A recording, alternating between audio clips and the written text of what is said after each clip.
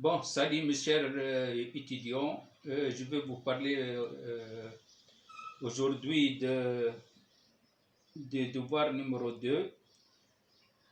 J'ai corrigé 46 copies de ce devoir. La meilleure note c'était 20 sur 20. Et la plus mauvaise note était 0. Il y a des étudiants qui ont donné des feuilles blanches.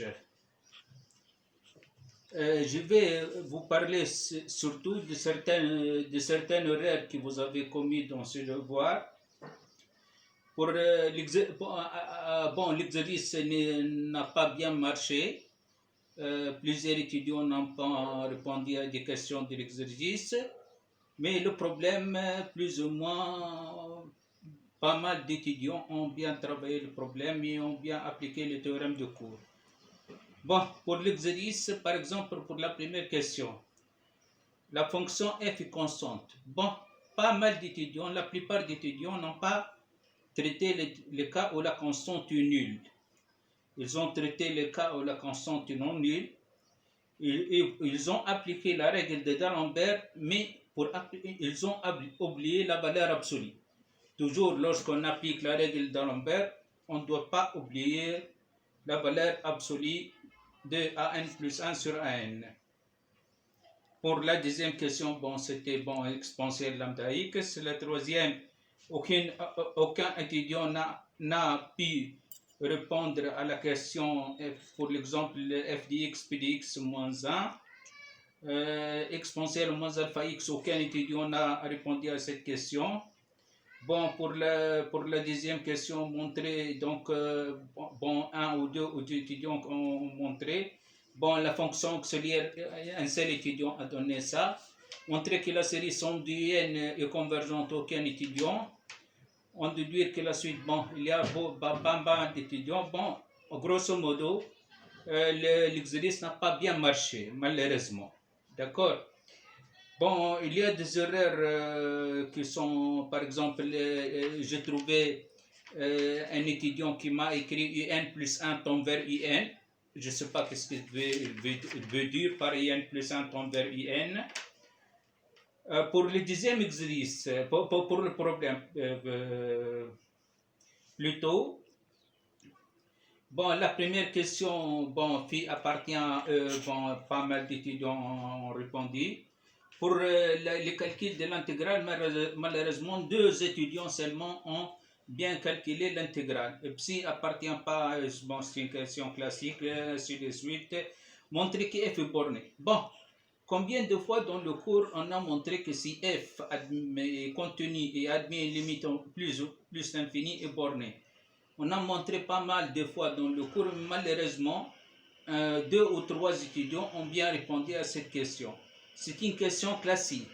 Si on nous demande de démontrer que si f est continu borné, alors il admet, si f est continu et admet une limite en plus infinie, alors il est borné, et on doit savoir répondre à cette question. D'accord? Ici, on ne demande pas, on peut l'utiliser comme résultat. Bon, un étudiant m'a écrit que 0 plus infini est fermé, borné. Ça, c'est faux, bien sûr. Attention, 0 plus infini n'est pas fermé, n'est pas borné plutôt. Bon, ainsi de suite. Bon, pour si L égale à 0, donc, pour TF de croissance positive, bon, une autre erreur grave, si TF de croissance positive, alors la limite égale 0 en plus infini. Non, pas du tout. Elle est de croissance positive, la limite existe dans R plus, dans R bar. On ne peut pas. Bon, une erreur commise par beaucoup d'étudiants. 0 est inférieur à x carré, w de x inférieur à 1, alors limite de x carré, w de x égale à 1, ça c'est faux bien sûr. Comment un encadrement ne permet pas de calculer la limite. D'accord? Donc ça c'est une erreur que j'ai trouvée dans pas mal de copies, beaucoup de copies. F est continu et limite en plus infini de f égale à 0, alors f est décroissante. Comment? Je ne sais pas, ça c'est faux bien sûr. Le théorème de double limite dans l'intégration à paramètres n'existe pas. Le théorème de double limite, c'est pour les suites et les séries de fonctions seulement. La convergence uniforme et la convergence normale, j'ai trouvé dans 3 ou 4 copies, ça ne sert à rien. Dans l'intégration, sur un intervalle quelconque, la convergence uniforme et la convergence normale ne servent à rien. Bon, je trouvais aussi le théorème de convergence dominée généralisée. Je ne sais pas, on n'a pas donné dans le cours le théorème de convergence dominée généralisée. D'où vient ce théorème, je ne sais pas. Mais lorsque j'ai lu le copie et j'ai corrigé le copie, je viens de comprendre que les étudiants veulent dire un corollaire du théorème de convergence dominée ou bien le théorème de change limite et intégrale. On l'appelle le théorème de change limite et intégrale. Mais le théorème de convergence dominée généralisée n'existe pas. Je trouvais aussi un étudiant qui a utilisé le théorème de convergence monotone. Bon, le théorème de convergence monotone existait dans l'ancien programme, mais dans le nouveau programme, il n'y a plus de théorème de convergence monotone. Donc, on ne peut pas utiliser le théorème de convergence monotone dans le nouveau programme. Ça y est, donc pour le théorème de convergence monotone. Pour montrer que TF est décroissante. Bon, ça c'est une erreur commise par pas mal d'étudiants. Pour montrer que TF est décroissant, il montre que TF est de classe C2 et que TF est de classe C1, que la dérivée est négative. Mais montrer que TF est de classe C1, c'est dans la question 6, vous aurez montré que TF est de classe C2. Donc pour montrer que TF est décroissante, il faut prendre un x inférieur à y et vous montrer que TF de x supérieur à TF de y, tout simplement. Bon, si on montre que, bon, il y a environ 10 étudiants, ils ont montré que TF dx plus 1 inférieur à TF dx, ça ne donne pas la décroissance de la fonction TF, c'est faux. TF dx plus 1 inférieur à TF dx ne donne pas la décroissance, c'est pas la décroissance ça. Bon, si la limite de TF égale, si la limite de f de t égale 0, alors f est décroissante, ça c'est faux aussi. Donc TF est décroissante, ça c'est faux aussi. Bon, pour la suite, bon, qu'est-ce qu'il y a d'autres remarques? Bon, les intégrales, les intégrations par partie, bon, pas mal d'étudiants ont travaillé. La partie 2 du problème est une partie très facile. Il suffit d'utiliser la partie 1. Bon, il y a des étudiants qui ont travaillé ça dans les inégalités. Bon, il y a une question, calculer l'intégrale de t puissance n exponentielle montée. Ça, c'est la fonction gamma, clairement. Gamma de n plus 1 égale factoriel n. Mais la fonction gamma, c'est un exercice de cours. Donc, il faut faire une intégration par partie. Ensuite, il faut avoir une formule de récurrence. Vous faites ça. Mais malheureusement, pas mal d'étudiants n'ont pas répondu à cette question.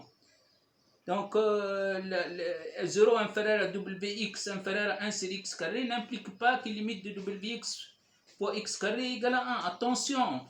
Aussi, les inégalités. Ensuite, montrer que W est intégrable sur 0 plus infini. Calculer l'intégrale de W. Bon, il n'y a aucun étudiant qui a répondu à cette question. Bon, pour la suite. Bon, il y a des étudiants qui ont répondu à ces questions par la suite. Grosso modo, bon, l'intégration, ça passait. Pas mal d'étudiants ont travaillé. Il y a un étudiant qui a eu 20 sur 20. Bon, je vais vous dire aussi que les barèmes étaient sur 140, les notations sur 140, et on a divisé par 5 seulement. Donc vous avez déjà 40 points que vous ajoutez au barème. D'accord? Si je veux être... être précis et je veux dire le mot juste. Ce devoir n'a pas bien passé. Je suis un peu pessimiste. Mais je connais mes étudiants. J'ai travaillé avec mes étudiants toute l'année. Ils sont bons. Ils sont les meilleurs. Vous êtes les meilleurs. Essayez de se rattraper un peu. Pas mal de questions faciles. Vous n'avez pas répondu. Bon, il y a aussi, n'oubliez pas que si vous avez la série harmonique, somme de 1 sur n, alors la somme partielle de la série harmonique est équivalente à log de n. Vous pouvez utiliser ces résultats sans démonstration. Bon, les notes, pour les notes, il y a 20, la deuxième note c'est 11,5. Ensuite, toutes les notes c'est à partir de 6, 7, 8, 9, 1. Il y a un et demi, donc il y a parmi 46 copies. Bon, ça c'est pour le devoir. Comme je l'ai déjà vu, l'exercice, je l'ai pris d'un livre de TD. Bon, j'ai un peu changé, mais le problème c'était le concours 2003, le problème du concours 2003. J'ai un peu changé parce que à la période 2003, on utilise le théorème de convergence monotone. Donc j'ai un peu changé. D'accord. Bon, grosso modo, le devoir il est bon, mathématiquement parlant. Bon, essayez de bien travailler, de bien réviser. Il faut que le moral soit toujours au top. Si vous avez des questions, vous pouvez me consulter à n'importe quel moment. Même cette question vous paraît naïve ou triviale, vous posez ces questions. D'accord? Bon, je vous souhaite une bonne fin de semaine, une bonne révision et au revoir. Merci.